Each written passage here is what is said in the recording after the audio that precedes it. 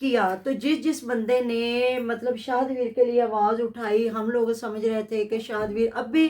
کوئی پتہ نہیں عظمیٰ سچی ہے شاد سچا، مطلب جو ارم آواز اٹھا رہی تھی، میں آواز اٹھا رہی تھی، یو کے کچن بلاگ اٹھا رہی تھی آواز، ہمیں گالی گلوچ بدتمیزی کا نشانہ بنایا گیا۔ اس کے بعد وقار بلوچ کے ساتھ بدتمیزیاں کی گئی، اسے گالی گلوچ کیا گیا اس کو۔ پھر تنویر کی دنیا ان کے حق میں ویڈیو بنا رہا تھا، جب اس نے بھی صحیح بات کرنی شروع کی تو اس کو بھی گالی گلوچ، اور اس کو بھی کمنٹوں پہ، کچھ لوگ تو لائیووں پہ کرتے ہیں تو کچھ یہ لوگ کمنٹوں پہ آ کے مطلب کہ گالیاں دینا، نام لے کے، مجھے کسی نے بتایا کہ آپ کا نام بھی لے کے یہ اس طرح کے کمنٹ کرتے ہیں۔ میں نے کہا کوئی بات نہیں ہے، جو کرتا ہے نا تو کرنے دو اس کو، کیونکہ ہم اپنا کام کر رہے ہیں۔ جس بندے کو جو کام پسند آ رہا ہے نا تو وہ اپنا سارا کچھ تربیت دکھا رہا ہوتا ہے کہ اس کو کس طرح کا کام پسند ہے، کیونکہ ہماری حکومت نے، ہمارے مفتیان نے، ہمارے ہر ادارے نے اس کام کو چھوڑ دیا، اس عوام کو کھلا چھوڑ دیا کہ جو کوئی مرضی کرتا رہے، ہمیں ضرورت نہیں ہے۔ تو عوام کے پاس نہ اتنی اویئرنیس ہے، نہ ان کے پاس اتنا پیسہ ہے کہ وہ بھاگے۔ پکڑنے ہیں تو اچھی بات ہے نا، ایسی چیزوں کو پکڑنا چاہیے۔ جب جوئے کی ایپ کو پروموٹ کرنے والوں کی چھترول ہوئی اور ان کو اتنی سزا ملی ہے، تو کیوں جو ہمارے ملک میں ہمارے مذہب کا مذاق اڑایا جا رہا ہے، مطلب طلاق، عدت کچھ بھی نہیں ہے، فتویٰ اس پہ آ کے اتنی باتیں، الزام میاں بیوی، اور پھر لوگوں کو گالی گلوچ، اور خود بیٹھ کے بڑے دھڑلے کے ساتھ ویڈیو بنانی، اور جو کوئی اچھی بات کر رہا تھا ان کو گالیاں دی جا رہی تھی۔ تو وہ کہتے ہیں نا سائیں خصم نہیں ہے، وہی بات ہے۔ تو مطلب رات کو جب عظمیٰ کی میں نے باتیں سنی ہے نا، تو کیا ہے کہ اگر شادویر اتنا بچہ ہے، فڈر پیتا ہے، کہ وہ مطلب کہ خود سے بیٹھ کے بات نہیں کر رہا تھا، اور ارم یہ سارے معاملات ارم کو کس نے بتائے؟ اس نے بتایا۔ ارم کی اتنی غلطی کہ ارم نے ادھر یہ باتیں لگائی ہیں اور بتائی ہیں، ٹھیک ہے، جس وجہ سے ارم نے رات کیا کچھ نہیں کہا، عظمیٰ نے کیا کچھ نہیں کہا کہ تم مطلب ارم کو کون یہ باتیں بتا رہا تھا کہ عظمیٰ اس طریقے کو نکاح کر رہی ہے، کہتے ہیں نا کملا گل کرے سیانا قیاس کرے، کس طرح مطلب کہ جب اس کی عدت نہیں پوری ہوئی، اس کا جب بہن بھائی باہر رہتے ہیں، جب تک آپ ان کو کچھ نہ بتائیں ان کو پتہ نہیں چلتا۔ تو دوسری بات یہ ہے کہ جب تک پروسیجر نہیں پورا ہوگا، اور یہاں پوری کیوں دکھ لگ رہا ہے کہ فتوے ادھر بتائے جا رہے ہیں کہ پورا اسلام کو رکھ دیا انہوں نے، اور انہوں نے ہمارے حق بہو شاید ہے ان کا بتایا کہ ادھر کوئی ان کے پاس مدرسہ ہے، تو وہاں سے انہیں فتویٰ ملا ہے، جو کہ انہوں نے پورا اصویر نے بتایا، جس پہ اس کو گالی گلوچ کی جا رہی ہے، یا اس کو بدتمیزی اس کے ساتھ کی جا رہی ہے۔ دیکھیں وہ ان کا آپس کا معاملہ ہے۔ شادویر سے اگر یہ باہر اٹھایا نہیں نہ جانا تھا، اس نے پھر خود جھوٹے ہونا تھا نا، تو ہمیں نہیں پتا جھوٹا ہے کہ سچا۔ رات میں ویڈیو دیکھ رہی تھی جہاں احسان بھائی تھوڑا گرم ہوئے، تو ان کا بھی حق بنتا ہے، میں ان کی مطلب کہ رسپیکٹ کرتی ہوں بھائیوں کی طرح۔ وہ جب وہ کہہ رہے تھے کہ میری عظمیٰ کے ساتھ بات ہوئی اور میری شاد کے ساتھ بات ہوئی، کہ شاد نے قسم اٹھا کے کہا ہے کہ نہ میں نے آنکھوں سے دیکھا اور نہ میرے پاس کوئی پروف ہے، تو یہ وہ بار بار کیوں قسم مانگ رہی تھی عظمیٰ کہ تم مجھے قسم دو کہ تو نے مجھے پکڑا یا مجھے آنکھوں سے دیکھا؟ کیونکہ اس نے آنکھوں سے نہیں دیکھا ہوگا، یا اس نے وہ میسیج سنے، یا بچوں نے بتایا، یا اس کو لوگوں نے بتایا، تین ہی باتیں۔ اگر یہ آنکھوں سے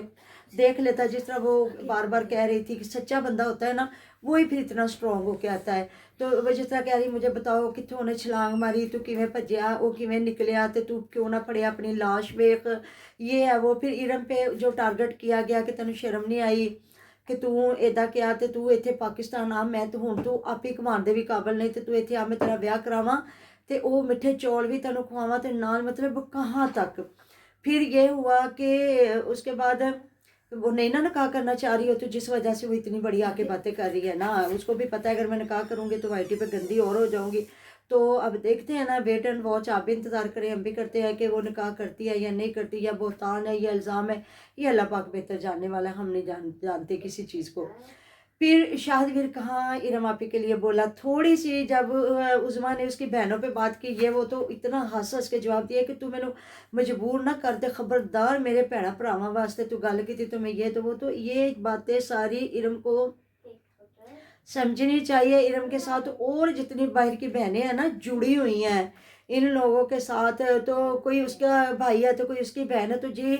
اب جس کی بہن بنی ہوئی ہے نا وہی آپ کے لیے بالکل بھی نہیں کھڑا ہوگا، تو باقی دوسروں نے تو آپ کو گالیاں ہی دینی ہے نا، جس طرح آپ جتنی بھی باہر والی بہنیں ہیں وہ گالیاں بھی کھا رہی ہیں اور ان پہ مال بھی لٹا رہی ہیں۔ تو کہتے ہیں نا جس پہ رحم کھاؤ تو اس کے شر سے بچو،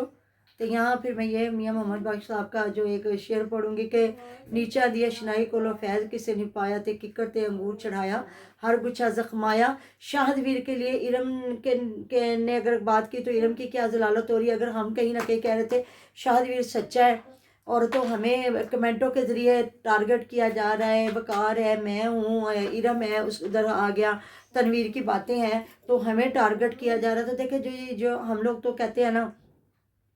ریئیکشن دے رہے ہم جب ادھر بیٹھے ہوئے ہم بات کرتے تو ہمیں کوئی فرق نہیں پڑتا.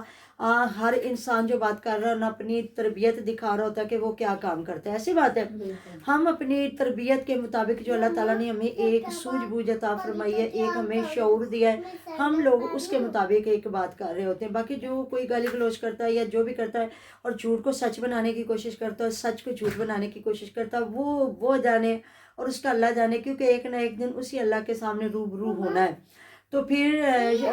کافی غصے میں آئے جو انہوں نے کہا کہ میں ظاہر ساتھ اس لیے چھوڑا نا احسان بھائی نے کہ شاہد ویر نے خود ان کے سامنے اعتراف کیا کہ میرے پاس کچھ بھی نہیں ہے.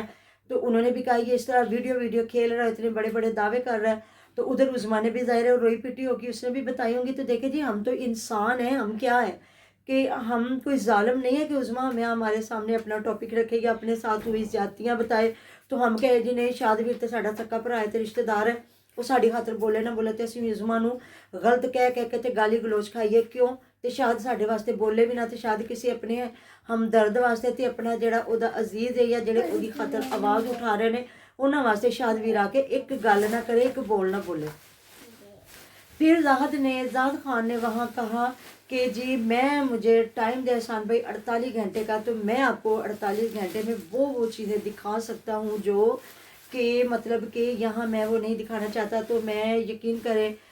زاہد خان کو میری طرف سے سلام سلوٹ کہ وہ بہت اچھا ایک زاہد خان بن کے آیا کیونکہ وہ جب وائی ٹی پہ آیا تھا تو وہ بڑا گندا زاہد خان بن کے آیا تھا گالی گلوچ بدتمیزی اور سارا کچھ کرنا. لیکن جو اب میں نے زاہد خان کو دیکھا اللہ تعالیٰ اس کو کامیابیوں